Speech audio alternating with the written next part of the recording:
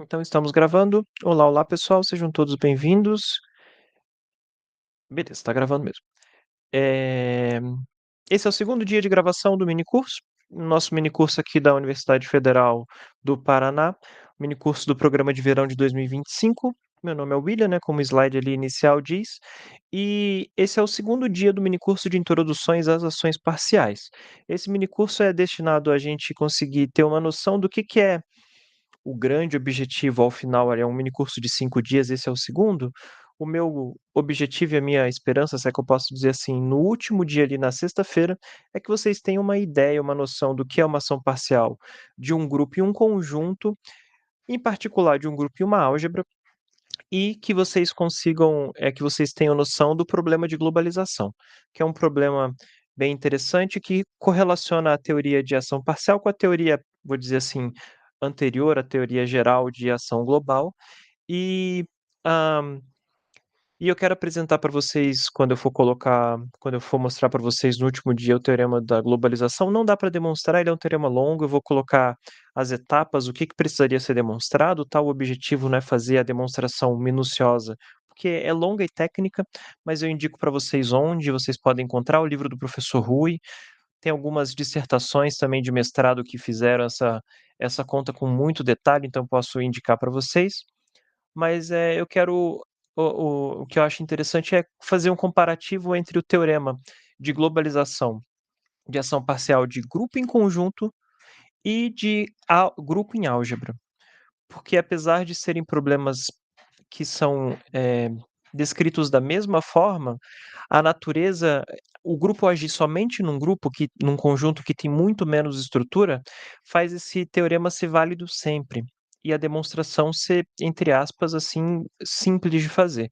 No caso da álgebra, o grupo agir em uma álgebra e a globalização não vai existir sempre, e o jeito de fazer o teorema muda bastante, né. Então, como eu disse na aula anterior, esse é um exemplo de um teorema muito é um tipo de teorema muito interessante, que é um daqueles que, você muda minimamente a hipótese, minimamente não, né, porque de conjunto para álgebra tem um universo de diferença, mas, assim, aparentemente você muda pouca coisa, e a estratégia para demonstrar muda totalmente. Então, assim, o interessante é esse. Beleza.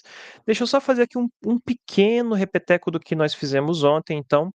Então, tudo que eu vou fazer, gente, eu pesquiso em lugares a mais, mas o livro do Rui é o lugar para você procurar se você está assistindo no vídeo e quer descobrir a respeito de ação parcial. Pois bem, então eu disse para vocês ontem que ação de grupo, o grupo é uma coisa que entre aspas, né, nasce para agir.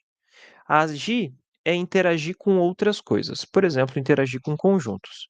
Um jeito que nasce a teoria de ação de grupo é quando a gente está fazendo e analisando simetrias, rotações de figuras do tipo quadrado, triângulo, retângulo, triângulo equilátero e coisas desse tipo, a gente pode estudar essas simetrias. Então, do ponto de vista de ação global, ação usual, um tipo de problema é analisar a rotação. Igual tem aqui, então observem que o que está achurado aqui são os vértices, é o mesmo vértice sendo rodado de 90 graus. Agora, se eu tenho uma disposição semelhante, entretanto, num ladrilhamento como esse aqui, uma grande malha, estudar a rotação, as simetrias do que está acontecendo aqui, filosoficamente, né, com a ação de grupo usual que a gente já sabe, eu precisaria mover tudo, eu preciso rodar o universo inteiro, ou seja, eu preciso rodar toda a malha. A ação parcial é uma ferramenta que ela generaliza a noção de ação global, ou seja, a noção que eu já tenho, e eu consigo bom, filosoficamente, eu consigo analisar o que acontece somente em um quadradinho e não em todos.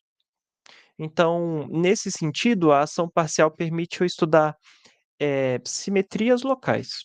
Eu gostaria que vocês pensassem dessa maneira, assim, muito embora os problemas os exemplos não sejam tão abundantes assim, e não sejam tão visuais. Os exemplos que a gente tem são mais técnicos e, assim, mais feito para dar certo. Um exemplo da natureza mesmo de ação parcial é o exemplo de campo vetorial em espaço topológico, quem já estudou EDO ou quem já estudou, em particular, cálculo análise no RN, curvas é um jeito de definir curvas, né, vetores, eh, espaço tangente, né, que são vetores num espaço tangente local, que é para um ponto, quem já estudou não é análise no RN que eu quero, a palavra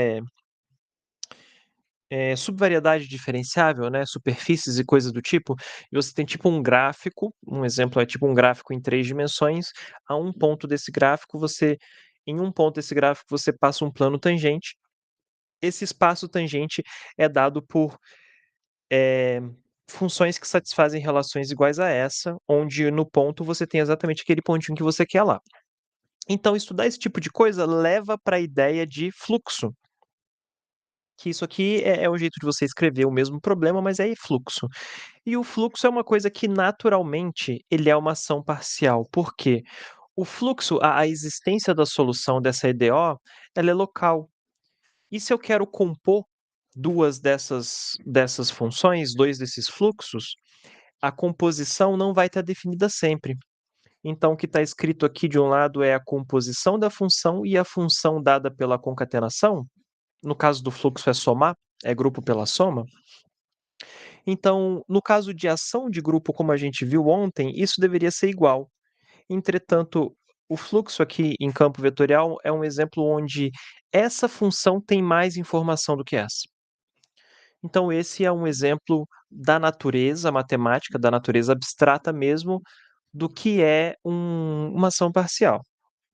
E ontem nós dedicamos esse aqui é o Rui Exel, o brasileiro, né, o professor que no momento quando ele fez isso, ele estava na USP, depois ele se mudou para a Federal de Santa Catarina, hoje em dia se aposentou, mas ele que deu o pontapé nessa teoria aí, lembrando que ele não é algebrista, né, ele é de C-estrela álgebra, então assim, ele sabe muito de álgebra, muito mesmo, sabe muito de análise funcional e a área que ele que estuda pesquisa, segue pesquisando até hoje, que chama C-estrela álgebra, é uma grande combinação de tudo isso, é uma álgebra, ao mesmo tempo que é um espaço, vetorial normado completo, na topologia gerada induzida pela norma, e ainda tem uma involução, então, assim, é uma estrutura riquíssima, que tem muitos resultados super interessantes. E lá que ele inventou a ação parcial. Então, a gente falou o que que é um grupo, é um conjunto não vazio, né, sempre que eu falar pensando não vazio para excluir esses problemas tautológicos aí, mas é um conjunto munido de uma operação binária associativa, ele tem o elemento neutro que é único, e todo elemento lá de dentro tem um inverso, aqui eu esqueci de escrever, desculpa, mas mora dentro do grupo também, e tem o elemento inverso lá dentro que comuta com ele mesmo, né, ele comuta com o inverso dele, e a resposta é o neutro. Então, grupos que conhecemos, eu disse a vocês que um jeito de eu adicionei para quem está assistindo aqui comigo, está fazendo mini curso, eu adicionei na nossa pastinha de referências, eu adicionei esse artiguinho lá, se vocês quiserem dar uma olhadinha, tá? É bem divertido. O professor Tengan motiva a definição de grupo por 3 exemplos práticos muito interessantes e vale a pena dar uma olhadinha quem já conhece teoria de grupo, porque, assim, ele coloca exemplos e resoluções muito, muito interessantes. Para quem nunca viu um grupo eu posso imaginar que é uma certa tabela de multiplicação, e essa tabela de multiplicação é bem definidinha, tem certas propriedades que tem que funcionar. Então é uma tabela de multiplicação, então por isso que eu coloquei aqui, lá do livro do Nathan Carter, que são exemplos de grupos. Grupo abeliano, grupo não abeliano. O grupo abeliano é aquele que comuta, né, não precisa comutar, mas quando comuta a gente chama de grupo abeliano, grupo não abeliano, e daí tem uma certa estrutura se repetindo aqui, esse desenho laranjinha que é o abeliano, né. Grupos que surgem a partir do estudo de simetrias e rotações, né, perdão, simetrias para rotação ou reflexão, que são os grupos diedrais. Grupo de permutação, que é um dos grupos mais importantes, porque a gente tem o teorema de Cayley, que diz que todo grupo é, na realidade, entre aspas, né, mas todo grupo está dentro de um grupo de permutação específico, né, grupo de permutação de funções, mas o interessante do teorema de Cayley é que você faz o grupo agir nele mesmo, né, seja lá o que isso queira dizer, mas você faz o grupo agir nele mesmo e você tira essa conclusão. É um teorema do tipo de representação, e aqui tem 2 formas de escrever o grupo de permutação de 3 elementos. E aí a gente chega na parte que a gente acabou, que era a ação. Então, a ideia é, o grupo nasce para interagir. Ele interage alterando o estado do conjunto no qual ele interage. Então, esse conjunto aqui, por exemplo, o exemplo inicial que eu trouxe para vocês era esse exemplo dos quadradinhos aqui, esse era o meu conjunto, a minha rotação era rodar 90 graus e a minha reflexão era refletir com relação ao eixo, a linha em pezinha, né, ao eixo vertical. Então, rodar 180 graus no vertical, né. Então, fazendo esse tipo de coisa, aqui tem uma foto das órbitas das ações, ou seja, do resultado das ações. Lembrando que o vermelho é rodar e o azul é refletir. E um outro jeito. Ah, aqui está mostrando esse negócio aqui. Ah, agora melhorou. E um outro jeito de interpretar é via função. Então a ideia filosófica é o elemento do grupo dá origem a uma função. Cada elemento do grupo dá origem a uma função. Essa função, eu analiso ela no elemento do conjunto e vejo a resposta. A resposta, quando eu fixo o meu elemento ali, que está agindo a função e vejo a imagem possível, vai dar a órbita. Então, é isso que a gente está vendo aqui, a órbita do elementinho, daqui vai para cá, para lá, e aí tudo isso fecha num ciclo, aqui fecha num outro ciclo pela reflexão. E, bom, culmina aqui com a definição de ação de grupo. Uma ação de grupo é uma maneira de, a cada elemento do grupo, associar uma função, aqui está a função, e aí o que que acontece? Eu pego um elementinho e associo, e eu vejo qual é o resultado dele nesse elemento. Então, no fundo, a ação tem várias maneiras de escrever ação, mas é uma maneira de associar a elementos do grupo funções. E essas funções têm que ser bem comportadas nesse sentido aqui, ela tem que conversar com a estrutura do grupo. Da seguinte forma: indexado pelo elemento neutro, pelo único elemento neutro idempotente do grupo, tem que ser a função identidade.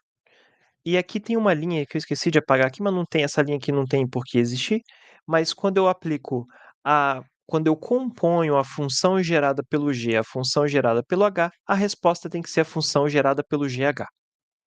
Então isso daqui amarra, porque lembrem-se, um grupo é uma tabela de multiplicações, pensando e falando de forma bem vaga. Se eu pego 2 elementos quaisquer, a multiplicação deles existe dentro do grupo. 2 elementos quaisquer, a multiplicação existe dentro do grupo. A função gerada por cada uma, quando composta, tem que ser exatamente essa função. Então, desse jeito, a coisa fica bem amarradinha. E daí eu falei alguns exemplos, falei, ah, sim, aqui. Eu quero voltar nesse aqui porque esse foi o último exemplo que eu falei, e é o seguinte: essa é a ação que eu gosto, que eu estudo, que eu acho interessante para definir e motivar a gente, e ela chama ação de Bernoulli, e é uma ação global. O que que essa ação faz? Pega um grupo qualquer, por acaso aqui eu peguei o S3, mas pega um grupo qualquer, finito, e pega subconjuntos finitos e não vazios desse grupo. Então esse A aqui, esse A é um pedaço daqui, por exemplo. Isso poderia ser o A. E aí o que que a ação faz? A ação é pegar um elemento para cada elemento daqui, eu vou pegar o meu conjunto, então é o conjunto das partes aqui, tá, gente? Só que eu só estou tirando o vazio. Então eu estou pegando todos os subconjuntos possíveis não vazios e finitos, formados por elementos do grupo, e a ação é multiplicar. Então, para cada elemento, a ação é multiplicar. Como que eu multiplico? Dentro desse conjunto são elementos do grupo. O elementinho G que eu pego aqui para agir é um elemento do grupo. Então eu faço a ação que é multiplicar dentro do grupo. Então aqui eu pegaria a permutação vazia, por exemplo, se fosse ela é identidade nesse caso, né, e daí ela faria nada. Se fosse trocar um com 2, eu ia fazer isso aplicado num 3. Eu tinha que ir lá na tabelinha que eu coloquei antes aqui, ó. Aqui, ó. Então ver o que que o 1, 2 faz quando multiplica o 1, 3. Ah, o 1, 2 multiplicado pelo 1, 3 vai dar a permutação 1, 3, 2. E daí essa seria a resposta. E assim por diante. Mas isso você pode fazer para qualquer grupo finito, tá? Não tem nenhum motivo especial para ser o grupo S3 aqui. Então aqui é a ação que a gente chama de ação de Bernoulli, ação global, tá? E bom, assim a gente acabou ontem e voltando então na aula de hoje, aqui é o repeteco, né? E de novo, a escrita um pouquinho mais sucinta da ação é o seguinte: agora, pensando do ponto de vista funcional, ou seja, pensando do ponto de vista da função gerada, o jeito de eu interpretar a ação de um grupo num conjunto é o seguinte: para cada G eu tenho uma função. E é importante que a gente tenha em mente o seguinte: até esse momento, para quem nunca estudou ação parcial, é muito provável que sempre que a gente fala função, você está pensando que a função é uma regra que sai de um conjunto e vai para o outro, né, do domínio para o contradomínio. E todo mundo do domínio tem que ser, avaliado pela função, né. E de forma única para não ter equívoco e a função está bem definida. Mas no caso aqui, o que eu quero chamar a atenção que vai ter diferença daqui a pouquinho essa função tem que estar definida em todo o domínio, ou seja, o maior domínio possível é o conjunto todo. Guarde essa informação porque daqui a pouquinho ela vai ser mudada. E essa aqui são os 2 axiomas que a gente impõe lá, as 2 condições para que seja ação global. Indexar pelo idempotente, pelo E, que é o neutro, né, gera a função identidade, e a função composta, ela é igual à extensão. Se eu pensar que essa função é uma extensão dessa, porque eu estou multiplicando os índices aqui, os elementos, tem que ser igual. Então a composta é igual à própria extensão. Então, do ponto de vista funcional, é isso. Agora, olha só, o exemplo que a gente terminou era esse exemplo aqui, escrito de outra maneira mais sucinta. Peguei um grupo qualquer, eu posso, como eu disse a vocês, eu posso mudar para ser um grupo qualquer, e daí eu pego subconjuntos. Isso aqui, gente, é importante, é só conjunto. Não é subgrupo, não é subgrupo normal, nem nada do tipo, é só subconjunto.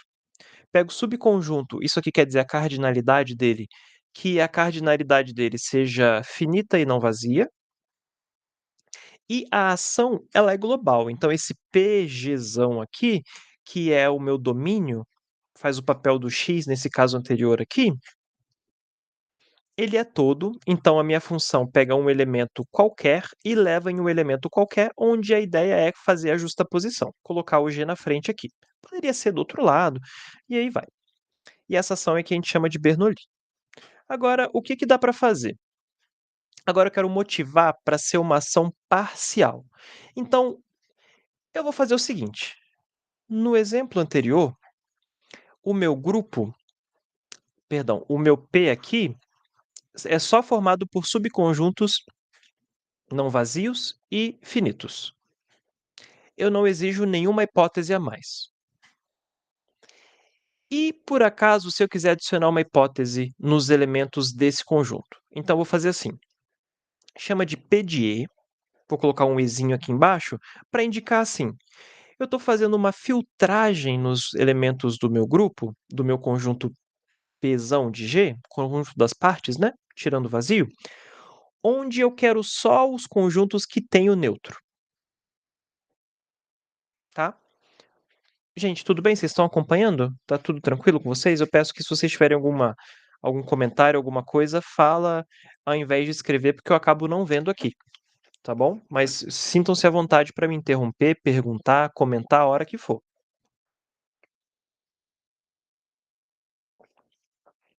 Pode me interromper quando for, porque a ideia é a gente conseguir conversar e ter um diálogo legal aqui, vocês saiam entendendo alguma coisa ao vivo da aula já, né. Tudo bem? Tá. Vou continuar aqui então. Bom, eh, ok. Então, eu vou alterar. Agora, mantém a mesma função. Então eu vou fazer assim, eu quero manter essa função, por quê? Porque eu gosto.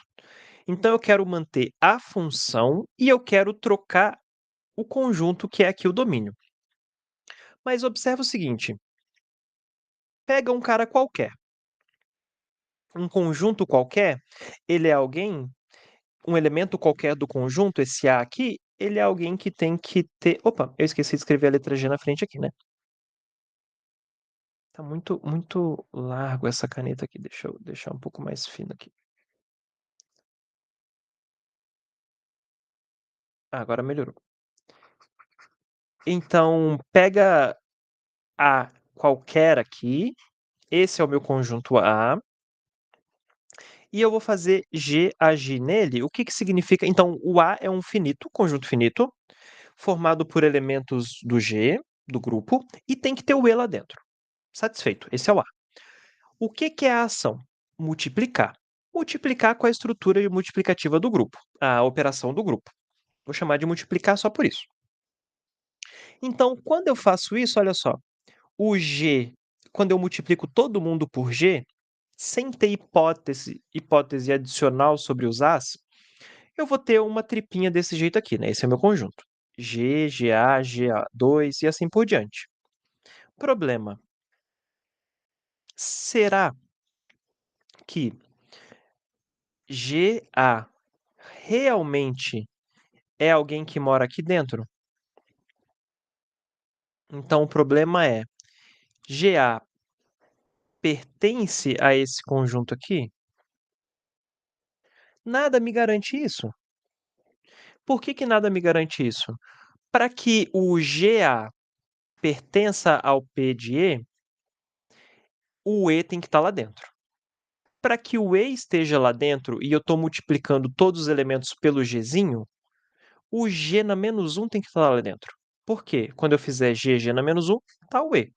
Então, o único jeito dessa função estar bem definida é se eu tenho uma condição extra sobre o domínio dela. Ou seja, algum desses As aqui, aí para algum I tem que ser igual a G na menos um, pelo menos um, né? Pode ter outros repetidos, mas pelo menos um tem que estar lá dentro. Então, o que que acontece? O esquema aqui, o desenhozinho é esse. Do jeito sem o G na menos um dentro do A, quando eu faço a ação, ele cai fora do PD. Quando eu exijo que o G na menos um esteja dentro do A, esse A que eu peguei, a ação por ele faz cair dentro do P de E de novo. Então, não sei se vocês conseguem, nesse momento, observar isso, perceber, mas o que a gente fez é o seguinte: para que a função exista e ela esteja bem definida, funcionando como ela precisaria funcionar, eu não posso pegar todo o domínio. Então, eu não posso colocar aqui todo PE de G. Lembrando que o PE são os subconjuntos finitos que têm o neutro. Eu preciso pegar dentro do P de E só aqueles que têm o G na menos um. Então, o meu domínio muda. Meu domínio é menor que todo o meu P de E. É um pedaço dele. O que está acontecendo aqui é que não vai ser o P de E inteiro, mas vai ser um pedaço do P de E. Então, se isso acontece, eu posso ir e eu posso voltar. Eu não disse ontem para vocês, eu esqueci de dizer, mas a minha ação, ela é uma bijeção. A ação ela está definida, ela tem inversa e a inversa é você agir pelo inverso, pelo elemento inverso. Então, a função que define a ação de grupo, naturalmente é super simples ver por quê. A gente está num ambiente onde os elementos têm inversa, que é um grupo. Então, como todo elemento do grupo tem a inversa, a minha ação é bijetora, naturalmente. Então, aqui, o que que eu escrevi? Ela aqui, observe que para escrever essa nova função, eu coloquei um B minúsculo, tá? Eu só troquei a letra, ao invés de ser o B maiúsculo, eu tirei um bracinho aqui do B e deixei ele minúsculo com essa letra gótica aqui. Mas, essa função, ela é quase uma ação. Se você vê, todas as outras propriedades são satisfeitas iguais. Ou seja, quando você indexa pelo neutro vai ser o "e", vai ser a identidade. Quando você faz a composição de 2 funções que podem quando você faz a composição e eu posso aplicar, né, e faz sentido compor, porque isso aqui tem que estar satisfeito, né. Eu tenho que ter o elemento, a resposta tem que ter o elemento para poder aplicar outra. Então, quando isso acontece, a resposta é igual B, que eu quero dizer é B indexado por G, composta com B indexada por H, é igual a B indexada por GH, quando faz sentido a composição. Então, qual é o problema? Eu digo que ela é quase uma função. O problema é a composição. Eu acabei de falar para vocês, a composição pode não estar definida. Então, de novo, para quem não percebeu, a questão é a seguinte, né? Por que a composição é um problema? Porque eu vou querer calcular isso daqui. B de G composto com B de H. Mas para fazer isso e aplicar num elemento, tem que existir esse daqui. Ou seja, H na menos um tem que pertencer a A. Para fazer esse daqui aplicado no HA, então, eh, deixa eu escrever aqui em cima, né, existe B de G em HA, para que isso exista, C e somente C, a gente tem que ter o G na menos um pertencente a esse conjunto HA. Então observem que eu tenho que colocar hipóteses, eu tenho que ficar fazendo considerações para que a composição exista. Ou seja, a composição não está definida em qualquer lugar. Essa é a maior diferença entre as 2 definições, a definição da ação global e a definição da ação parcial que eu vou escrever agora. Então, o que que é uma ação parcial? O símbolo eu vou escrever assim: G, que é um grupo, agindo parcialmente, é a curvinha, a seta curvada é a ação, em X. Então, ela é assim como a ação global é uma coleção de funções, a ação parcial é uma coleção de funções. Só que agora os domínios mudam. Olha só, o domínio desse aqui muda. Se eu colocasse um H aqui, não ia ser necessariamente o mesmo domínio da G. É um outro domínio. Esses domínios eu chamo de DG. Então, cada ação parcial, ela tem o seu domínio. Por convenção, eu considero G na menos um. Então, perdão, porque aqui eu esqueci um Gzinho aqui. Então, ela é uma família de funções com os seus domínios e os seus contradomínios. Vai ser bijeção, então é a imagem mesmo. Tá que a indexar pelo idempotente, pelo neutro, é o conjunto inteiro. Todas as funções aqui, quando eu indexo elas pelo elemento neutro, o domínio, perdão, indexado pelo neutro é o conjunto inteiro, x. E é a função identidade. E quando eu faço essa função, ela é uma função menor no sentido de ser estendida por essa função. Então eu gostaria que vocês pensassem assim: essa função aqui, ela está definida num domínio maior e um pedacinho bate com isso daqui. Esse é o sentido de extensão de função, né? Não sei se vocês já viram isso lá em álgebra linear, talvez.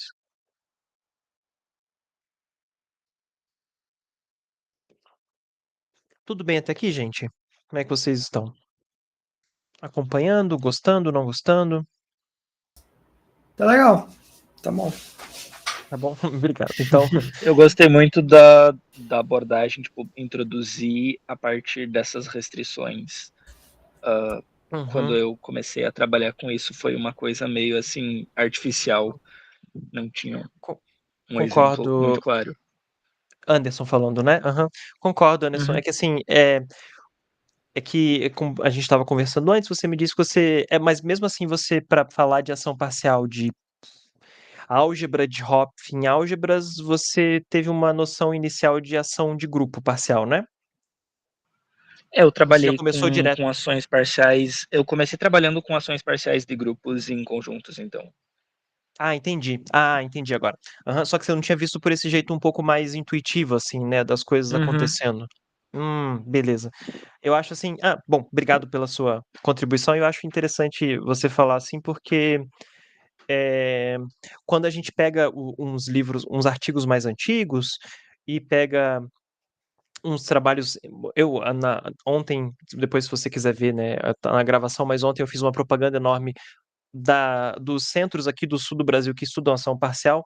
Vocês lá no Rio Grande do Sul, né, você vindo de lá da URGS, vocês trabalham bastante ação parcial e, assim, é muito curioso que, como ação parcial é um assunto muito recente, eh, o jeito de escrever ainda da definição ainda vem muito do jeito que o Rui definiu antigamente, que em algum momento eu vou colocar aqui na aula de hoje para a gente mostrar que é equivalente, mas é um jeito que a gente, eh, se a gente já trabalhou, se a gente ainda não trabalhou e não viu ação parcial, os axiomas são meio estranhos, né, não parece que tá dando essa restrição dos domínios e coisa do tipo.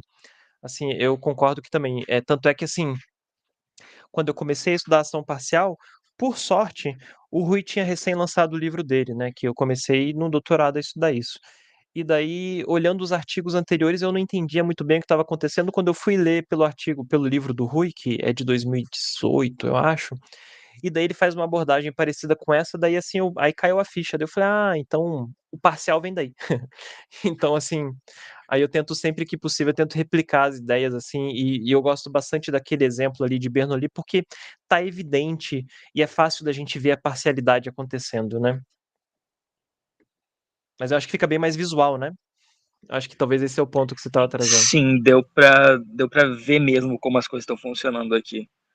Aham. Então essa parte aqui da extensão da função tem a ver com o que eu tinha desenhado antes aqui pra gente, com a existência da composição. E o que está por trás de tudo aqui?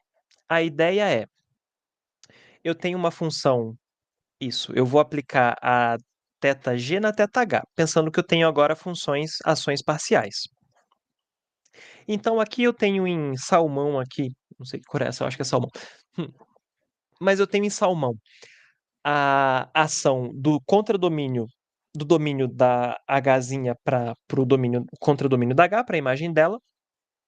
Eu tenho a G, que sai do DG na -1 e vai para DG, e eu gostaria de fazer a composição, só que a composição não está definida sempre. Para que esteja definida, eu tenho que fazer o seguinte: eu olho pra interseção da imagem da H com o domínio da G, aí eu puxo isso aqui, puxo. Demora um pouquinho para a gente, ver isso, mas, como a ação ela é bijetora, então na realidade é você realmente puxar, né. Você está vendo a imagem inversa, mas você pode pensar que está aplicando a inversa, se você quiser mesmo.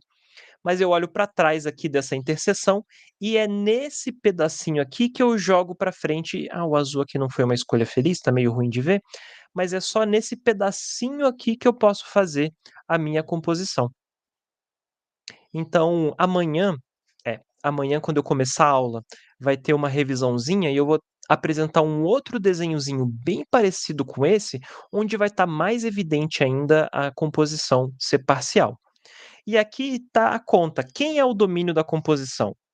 É todo mundo que pertence a o domínio da H, cuja imagem está na interseção, ou seja, pertence também ao domínio da G, então isso acaba sendo isso, eh, para quem faz para quando faz sentido θ na -1 aplicado do H aplicado em DG na -1, que vai dar essa interseção aqui.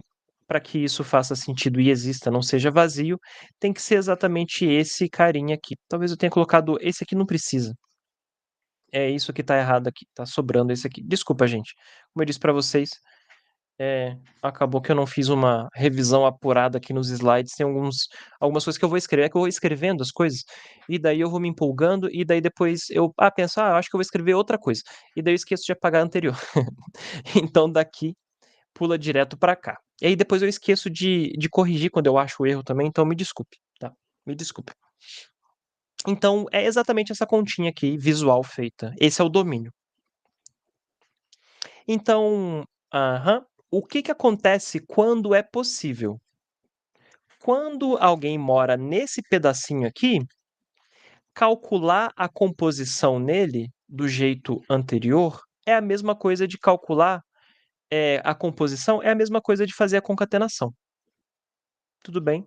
Então, sempre que eu pego alguém dentro do domínio, isso daqui bate. É igual, pode ser feito. E observem que a composição deveria ser, tem mais coisa acontecendo, entretanto, para que seja igual, para que eu tenha uma relação entre esse lado e esse, acontece a igualdade exatamente dentro desse conjunto. Então, eu disse a vocês, mas a ação parcial é uma noção que globaliza, ou seja, que generaliza a ação parcial é um conceito, uma teoria que generaliza a ação global. Por quê? Se todo mundo que está aqui, se todos esses domínios forem só o xão, eu não tenho parcialidade. A minha função está definida em todo mundo. Se a função está definida em todo mundo, não tem problema de composição. A composição está definida em todo mundo. Então, quando todos os DGs são o X, que é o conjunto inteiro, eu tenho uma ação usual, que a partir desse momento eu passo a chamar de ação global. Tá? Então, o grande tchan da teoria de ação parcial é que a ação parcial ela utiliza essas coisas aqui que a gente chama de função parcial. Uma função parcial é uma função que ela não sai de todo o domínio. Talvez aqui é melhor. Esses DGs aqui, eles são subconjuntos do X. Então, a ação parcial é uma noção super parecida. Observem que os axiomas são super parecidos com a ação global. E o que muda é isso daqui. E isso muda tudo. Porque permitir que a ação não esteja definida em todos os pontos do conjunto total, que é o X, é o que a gente chama de função parcial. E quando eu coloco os dois axiomas aqui, que é do idempotente, é do elemento neutro, e dela bater com a extensão quando for possível, aí a gente recupera a noção de ação. E, no caso particular de todo mundo ser igual, é o que a gente chama de ação de grupo mesmo, ação global. Então, um exemplo aqui em desenhozinho, tá, gente? Antes da gente partir para exemplo com coisa que eu quero fixar a imagem para vocês aí do que é ação. Isso aqui seria uma foto de uma ação global. Eu tenho o meu conjunto X, eu posso agir, se eu faço a ação pelo idempotente, se eu indexo pelo neutro, é como se eu fizesse um loop, porque eu faço nada, eu fico parado, eu não levo ele em lugar nenhum. Quando eu pego um elementinho X e eu faço a ação pelo G, eu caio num outro cara que está dentro de X. Quando eu faço pelo Y, com H, tá aqui dentro, e eu não fiz o desenho aqui porque fica ruim de desenhar, mas a ideia é que se eu opero esses dois aqui, no mesmo elemento, né, claro, eu vou ganhar a GH. E isso existe sempre. Sempre existe. Opa, sempre existe. Então, é o que está escrito aqui embaixo. Agora, o que que muda para ação parcial? Esse seria o desenho. Então, observem que se eu tivesse uma ação parcial acontecendo no X, eu tenho um conjunto no qual o θg está definido e eu tenho um conjunto que é a imagem do θg dentro do X. Ele não precisa ser igual e nem precisa ter interseção com um conjunto que é o domínio da DH, da θh. Esse seria o domínio da θh, essa seria a imagem da θh, e assim não tem necessidade deles terem interseção e não tem necessidade deles serem iguais. E aí o que que acontece? Não faz nesse caso aqui, não faz sentido eu querer compor essas 2 funções. Ou seja, diferente do caso anterior onde sempre existe, agora existe de vez em quando. E quando existir a composição, ela tem que ser igual à função da extensão dela, tá? Aqui, sem querer, vazou em inglês aqui um such that. Aqui, desculpem. Alguns exemplos. O exemplo talvez mais até agora, gente, tudo bem? Porque agora eu vou começar a fazer alguns exemplos com mais continha, assim. Quer dizer, mais ou menos. Mas, bom, ninguém se Tudo manifestou, certo. beleza. Diga, pode falar. Não, tudo certo. Ah, tá, beleza. Eu esqueci que eu posso ver a tela aqui, mas tá. Mas não ia perguntar, né? Você só falou ok, foi isso. Aham. É que eu acho que tá. É que eu achei que alguém estava falando ia perguntar uma coisa. Beleza. Então, tá, ok. Um exemplo. O exemplo mais depois do exemplo do fluxo lá, um exemplo mais, entre aspas, "natural", apesar de usar o conjunto dos inteiros aqui, desculpa, mas o exemplo mais, básico pra gente é o seguinte: pega o grupo sendo os inteiros com a soma, e o grupo pega os inteiros aqui, positivos. Então, a gente pode definir uma ação parcial da seguinte maneira: os domínios eu vou fazer assim, lembra que o domínio eu sempre chamo de, menos, né, o elemento, e o n vai ser o que indexa a ação. O domínio é todo mundo, e o contradomínio é só os elementos maiores que o cara que eu uso para indexar. E a função faz o quê? A função ela soma. Faz sentido cair do outro lado, porque do outro lado aqui, eu tô pegando só elementos maiores. Se eu tô pegando elementos maiores, então o n mais m está lá dentro. E existe aplicar em todo mundo, porque aqui eu tô pegando todos os elementos positivos, então a função está bem definida, tá? Então, assim, é feito para dar certo, mas funciona. Então, deixa eu ver o que que eu fiz aqui. Ah, sim, eu fiz um desenhozinho aqui. Então, por exemplo, se o domínio é todo mundo, se eu quero considerar o 1, a função indexada pelo 1, o contradomínio dela, ó, a imagem dela é o D1 é do 1 para frente. Já se eu pego o número 4 e eu quero a função indexada pelo número 4, é todo mundo do 4 para frente. Então, observem que esse domínio é menor do que o outro, vai existir interseção e vai poder fazer composição. Eu não coloquei aqui a prova dos axiomas lá, mas eu suspeito que vocês conseguem perceber que é trivial nesse caso aqui. Tudo funciona bonitinho. Quando eu coloco o zero, é do zero para frente, é todo mundo, e aí fica igual, né? Se é do zero para frente, é o z mais, então é todo mundo e tudo funciona. E a composição também, utilizando essa. Eu estou voltando o slide aqui, só rapidinho. Se você utiliza esse raciocínio aqui para identificar qual é o domínio, e ali como um domínio está contido no outro, é só olhar o de dentro, né? Mas utilizando essa metodologia aqui para analisar o domínio, vocês têm ideia de como vai ser a cara da composição, tá? Então aqui é um exemplo inicial de ação parcial. Eh, sim. Antes de fazer mais exemplos, deixa eu só ver aqui. Sim, algumas coisas técnicas do universo das ações parciais que nós gostaríamos que verificar que sejam verdade. Inclusive, uma dessas noções mais técnicas vai levar para uma caracterização equivalente da definição de ação parcial. Então, nós começamos mostrando que os morfismos são de ação, eh que define uma ação parcial são objeções. Naquele exemplo lá que eu fiz com vocês, né, se eu pegava aquele PE e dentro do PE eu pegava, ou seja, conjuntos finitos formados por elemento do grupo que tem o E. Então são subconjuntos do grupo que tem o E, e se eu quero agir pelo G, tem que ter o G na menos 1. Quando eu vou para frente e eu caio no GA, aqui vai ter o G, e quando eu faço G na menos 1 vai ter o E. Então eu estou pegando um A e estou levando no GA. Para fazer a inversa dessa função, ir daqui para lá, é eu pegar alguém que mora aqui, que tem essa característica de ter o G e o E dentro aqui, então esse cara tem o E e tem o G, e para que ele caia do outro lado certinho, eu faço o G na menos 1.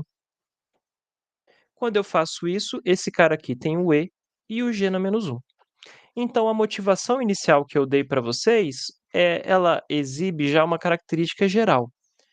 Toda ação parcial, então, ir para lá, deixa eu apagar aqui para ficar melhor de escrever. Então, eu vou para lá com ABG e eu volto com ABG na menos 1. E elas são inversas uma da outra.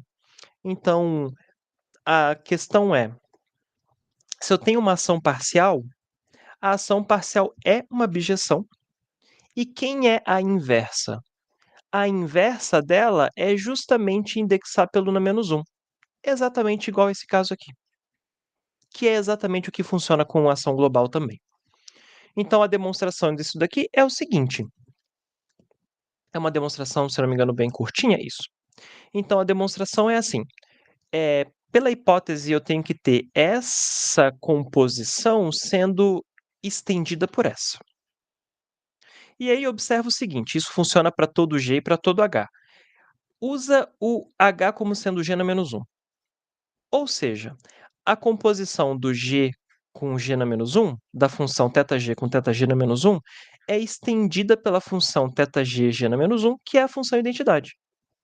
Pelo outro lado, é igual. A G-1G é estendida pela função identidade. Ou seja, essas duas funções aqui são funções identidade em seus domínios, já que essa função, entre aspas, é uma função maior do que essa, e essa outra é identidade geral, onde bate, que tem que bater, que é no domínio menor dessa daqui, também vai ter que ser identidade. E aí acabou. Então, a inversa da. Ah, eu coloquei o -1 aqui. Ah, tá. É porque o -1 escorregou aqui. Então, aqui deveria ser assim. A, eh... Ai, os menos ficaram errados. Desculpa, gente. Agora que eu tô vendo aqui. Esse aqui, então, dg na -1 é a inversa da função aqui. Eu repeti duas vezes. É a inversa dessa função. Ou seja, sempre que eu quero... aqui, eu vou voltar rapidão. Se eu quero ver a inversa da função, a gente tem que indexar pelo elemento inverso pela estrutura do grupo.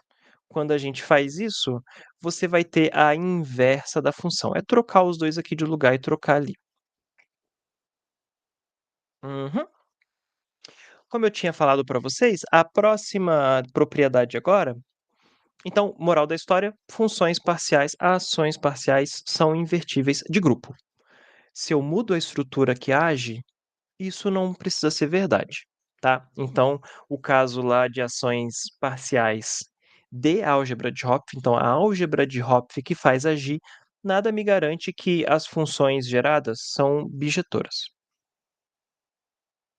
Então aqui eu vou apresentar para vocês o que, se vocês pesquisam a maioria das dissertações a respeito de ação parcial, a maioria dos artigos a respeito de ação parcial, essa é a definição de ação parcial.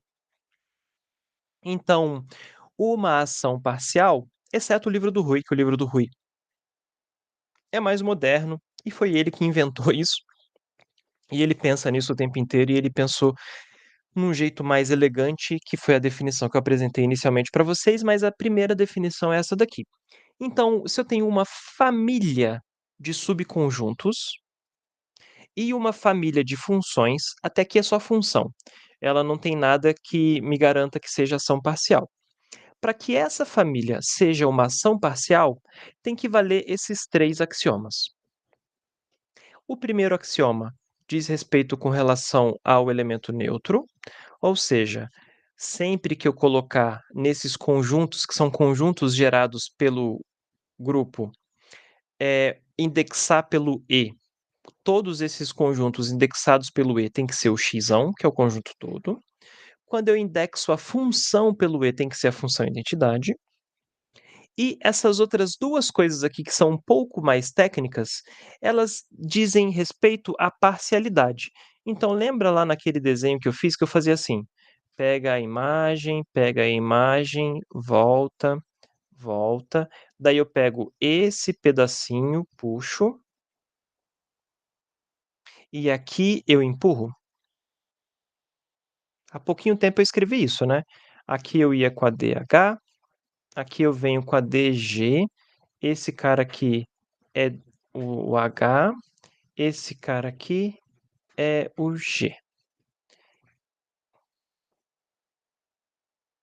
Ficou feio que essa letra, deixa eu apagar aqui. Opa. há pouquinho tempo, quando eu escrevi isso daqui,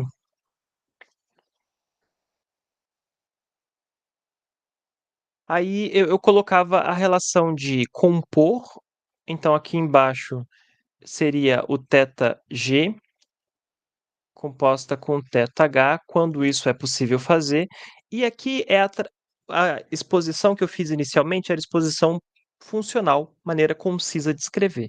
No fundo, o que a gente pensa é o que está aqui. Você aplicar o θg nesse pedacinho aqui, tem que levar para um cara é um desenho que eu vou apresentar amanhã, desculpa. Mas quando eu faço porque eu tenho aqui também a θgh. Então, eu tenho que pegar essa função e eu levo para o outro lado. Quando que essas funções são iguais? Quando eu aplico só nesse pedacinho aqui do meio. A moral da história é essa, tá? Se esse aqui é o domínio da inversa e esse aqui é o domínio da GH. Então, o que está escrito aqui, essa linha aqui, é quando eu penso no ponto de vista do domínio dessa função e qual é a relação que tem que ter com o domínio dessa função anterior. Tem que satisfazer isso. E aqui embaixo diz para a gente que ah, aqui em cima diz que a minha função ela é maior, entre aspas, e aqui embaixo diz que onde elas são equivalentes, onde os domínios são o menor lugar possível onde eu posso fazer, o domínio, as funções se comportam iguais, que aí vai dar a noção de extensão de função. Nossa, ficou, agora que eu tô vendo aqui, ficou uma maçaroca, deixa eu apagar aqui para limpar e vocês verem melhor. Então, aquilo que eu escrevi antes pode ser traduzido dessa forma, tá? E aí vamos ver que talvez seja legal a gente é, vamos ver isso e com isso a gente talvez já vai se encaminhando para o final da aula para não ficar muito pesado. Então, eh sim, vamos ver que a noção anterior de ação parcial, lembrando que tinha 2 axiomas, um era igual, o outro é que eu preciso reescrever e ver que dá na mesma. Então, aqui é o desenho, né, antes de mostrar, deixa eu só fazer uma pequena observação. Aqui a cor ficou diferente, que é aquilo que eu falei ali, que eu estou olhando para a cara dos domínios, né, que é um desenho a mais para entender o domínio da função composta já. É isso que está acontecendo. Então aqui deixa eu exibir essa conta aqui para vocês. O que acontece é o seguinte: se eu pego um x no domínio da θh, ele pertence então à interseção, já que ele está no domínio da θh, ele pertence à interseção do domínio da θh com o domínio da função. Então aqui, esse aqui é o domínio da função θgh, né. Opa, lembrem-se que eu quero comparar essas 2 funções, então é uma conta preliminar aqui só para ver isso. Esse é o domínio. Então eu estou fazendo esse espaço aqui, né, essa aqui eu desenhei aqui, não precisava, porque aqui é a função GH, isso, e aqui é H. Então aqui eu estou pegando essa interseção, se ele está aqui, isso está contido esse, hã, aqui é aquela questão do estar contido esse item aqui, né, se isso eu só estou querendo falar o seguinte para vocês. Faz sentido isso? Isso daqui é o desenhozinho que eu fiz antes e falei, eu tentei explicar em palavras, mas matematicamente está fazendo sentido? Então, se isso daqui vale, quando eu faço essa condição aqui, ó, que é g na menos 1h GH, então eu multiplico os 2 e troco o sinal do primeiro aqui, multiplico e troco o sinal do primeiro, está caindo exatamente no g na menos 1, que é o domínio da G. Então, o que está acontecendo é, entre aspas, isso está mostrando que, eh, faz sentido esse teorema, né. Lembrando que eu estou tentando fazer uma conta que é o inverso da ordem cronológica e histórica desse resultado, mas a ideia faz sentido se eu penso naquele eu não vou voltar lá nos slides do desenhozinho, mas, faz sentido então, assim, eu poder fazer, eu conseguir fazer as continhas esse tipo de continha aqui é equivalente a pensar em funções definidas parcialmente. Mais ou menos essa é a moral da história. Mas vamos agora para a demonstração de fato do teorema. Talvez fosse melhor isso aqui ter colocado depois, mas é só para a gente se convencer de que a gente não está tentando fazer uma conta meio inútil. Beleza. Ok. Então, supõe que seja uma ação parcial. Se é uma ação parcial, é, essa é uma extensão dessa função. Ou seja, quando eu calculo θ, se eu volto lá para aqueles desenhozinhos, né? Quando eu calculo θh na menos 1, que é a mesma coisa da inversa, né? Lembra que a gente viu que pode, entre aspas, descer o índice?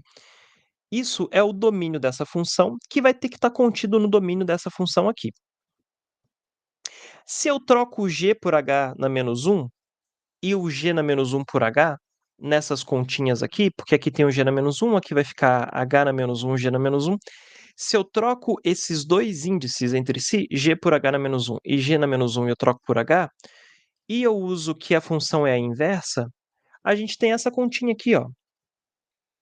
Eu troquei todos os índices. Quando eu faço isso, quando eu faço a troca, eu ganho esse elemento aqui. Isso me diz o quê? Me diz que eu tenho o item 1, ó. Não é o item 1, é o item 2 aqui, né? Porque eu tô aqui.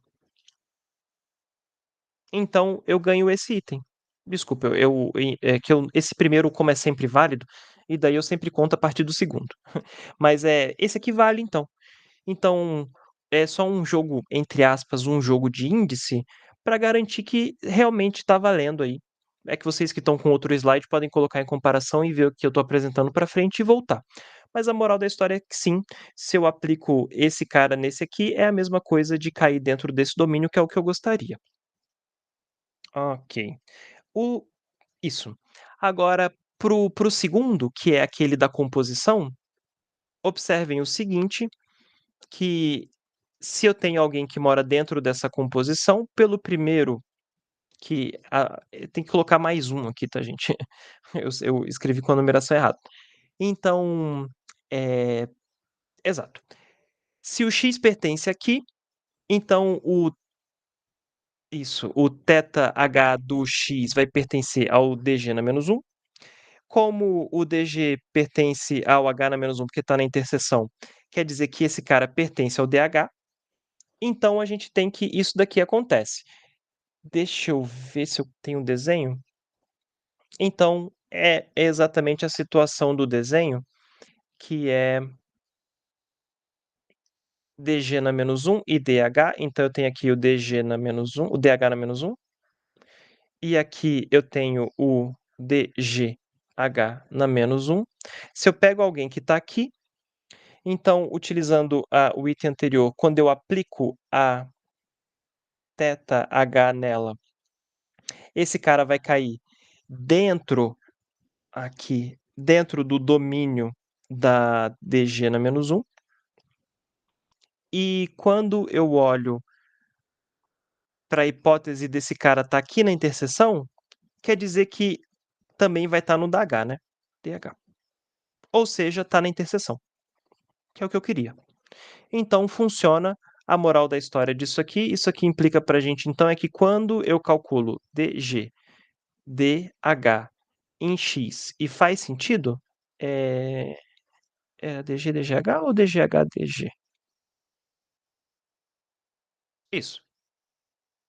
Quando eu calculo isso e faz sentido, opa, pulei o slide a mais, tem que ser a mesma coisa de calcular DGH, porque está no mesmo domínio. Cadê? Aqui. Então, isso faz sentido, tá? Tem que fazer sentido e tem que bater. Agora, a volta. Se eu suponho que aqueles dois índices, aquelas duas condições são verdadeiras, ou seja, aquela coisa de aplicar no domínio cai no outro domínio, exato que eu gostaria, e de quando eu puder compor e estender no menor conjunto possível, que faz sentido ser igual, se essas duas coisas funcionam, então o que eu quero concluir? Eu quero concluir que a função θg composta com θh, ela é estendida, ou seja, ela é menor que a função θgh. Então, o que eu faço é, se nos índices é o 2 e o 3, né, lembre que sempre tem que somar mais um aqui, porque eu coloquei a numeração errada. Mas se eu faço h igual a g na menos um, no 2 eu ganho isso daqui, ou seja, eu tenho a identidade, então bate com o que a gente tem. Se eu troco o g com g na menos um, eu vejo que a função ela é invertível e vai faltar isso mostra pra gente que uma função que satisfaz esses 2 índices aqui, deixa eu voltar, eu tinha que ter colocado mais slides relembrando para não ter que voltar.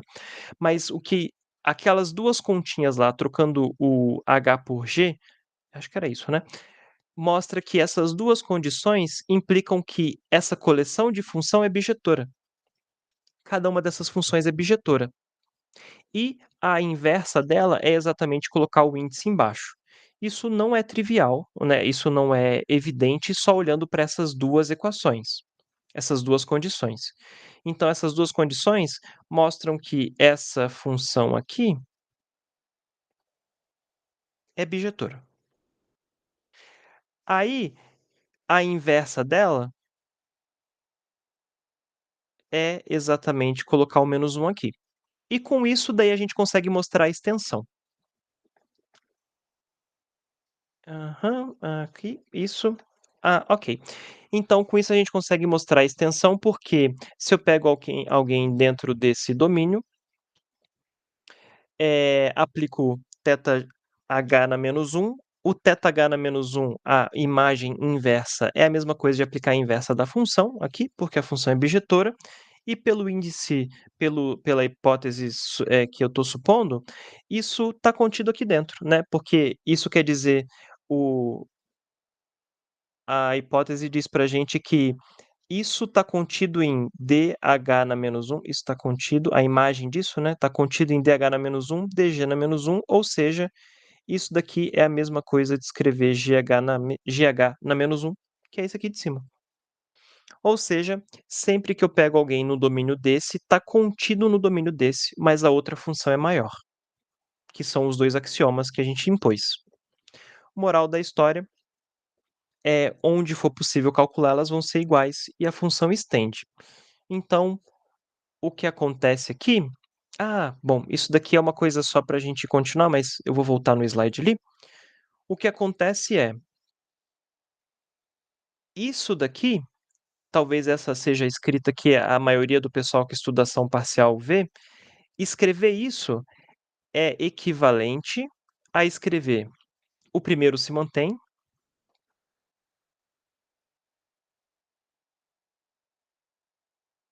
e escrever que essa função é estendida por essa daqui. Então essas 2 escritas, a coleção de função que satisfaz essas propriedades é equivalente à definição de ação parcial, que é uma função que já nasce com a noção da parcialidade embutida aqui bonitinha. O outro jeito é um jeito de escrever a partir dos seus domínios. Um jeito de escrever a partir das funções que definem, o outro jeito a partir dos domínios.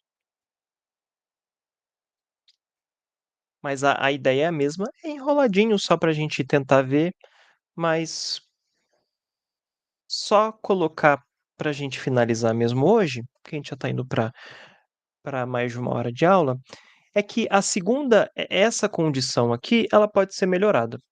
Você pode dar uma refinada e achar exatamente o que está acontecendo.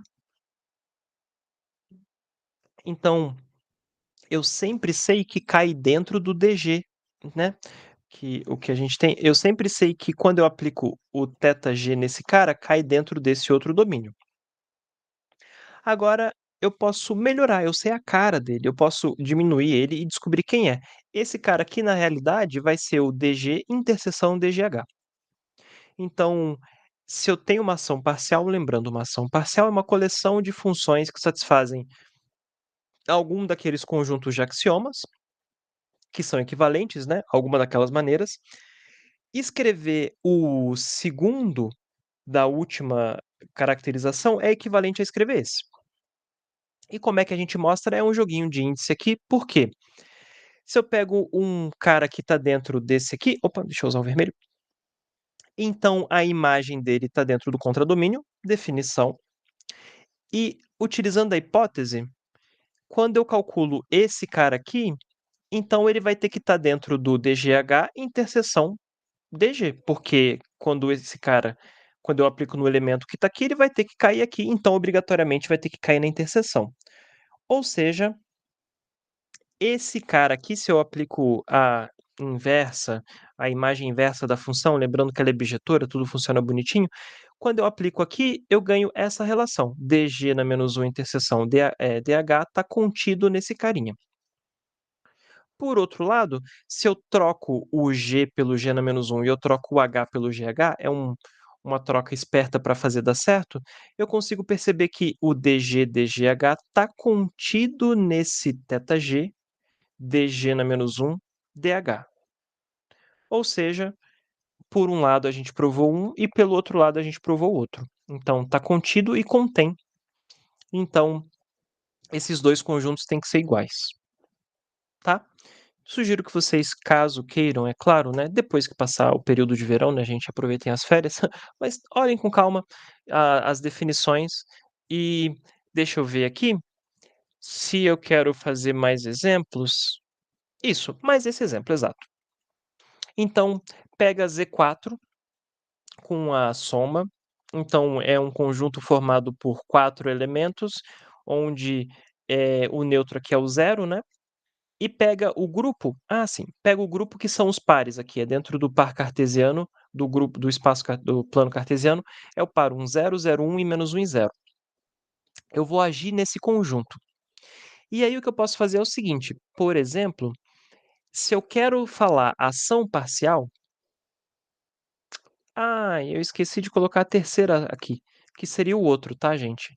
É o 0, 1, menos 1, 0, 1, 0, menos 1, 0, e faltou o D3 aqui. Eu esqueci de escrever quem é o D3, mas ele é o outro aqui, seria o formado pelo que faltou. Ah, vai ser 0, 1 e menos 1, 0, né? Não. 0, 1, menos 1, 0. 1, 0, menos 1, 0. Eu esqueci de escrever esse. E esse aqui, né? Que é o D3, então. 0, 1, menos 1. Ah, que vai ser esse com esses outros dois aqui. Faltou esse outro conjunto. Desculpa. Mas o que está acontecendo? Se eu desenho esse conjunto, bom, não é um conjunto, né? Se eu desenho os pontos desse conjunto. Então aqui, sei lá, vou colocar aqui um, aqui o outro, aqui o outro, aqui o outro. Não tem 4, tem só 3, né?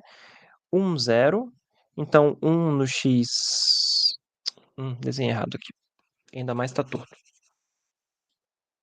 Aqui.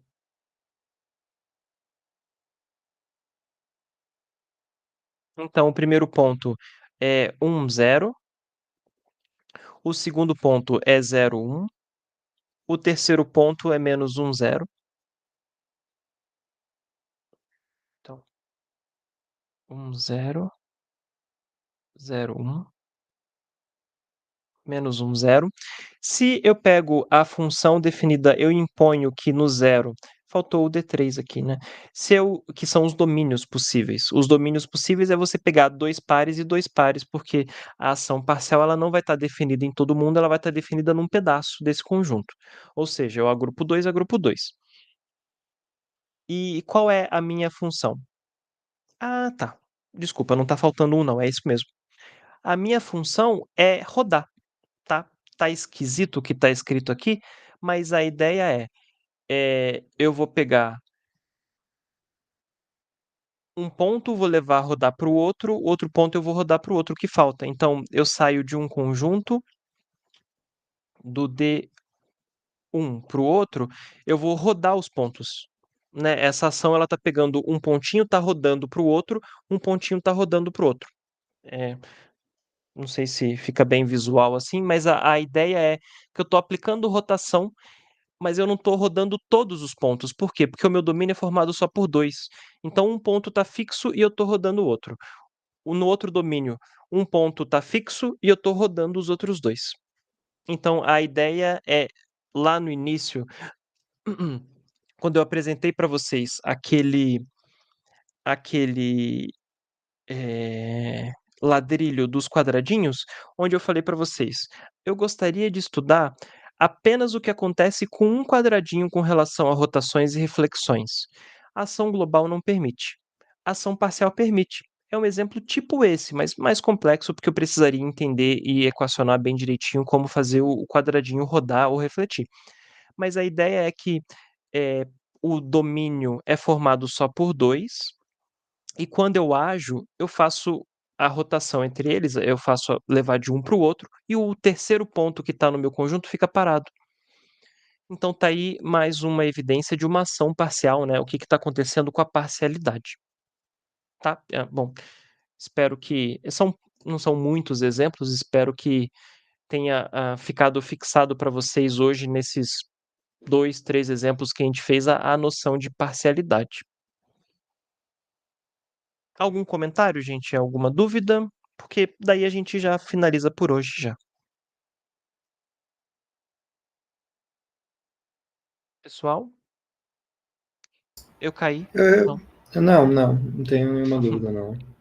Assim, em comparação com a aula de ontem, foi um pouco mais técnico, porque essas coisas são super técnicas, né, não tem muito o que, fazer, é a natureza do problema, mas assim, como e também é a primeira vez que a maioria de vocês vê isso, mas o subproduto que eu gostaria de deixar, assim, a fixar a ideia na cabeça de vocês é que a ação parcial ela faz um pedaço do conjunto mudar o estado dele, e o restante fica parado, tá. E daí é essa a ideia, vários pedaços você pega para você indexa e tem uma função definida num pedacinho e eu estou analisando como esse pedaço muda. Essa é a grande motivação do estudo de ação parcial. Então, bom, eu vou encerrar a gravação por aqui, obrigado a presença de todos, obrigado quem está assistindo aí depois, né, e nos vemos na próxima aula.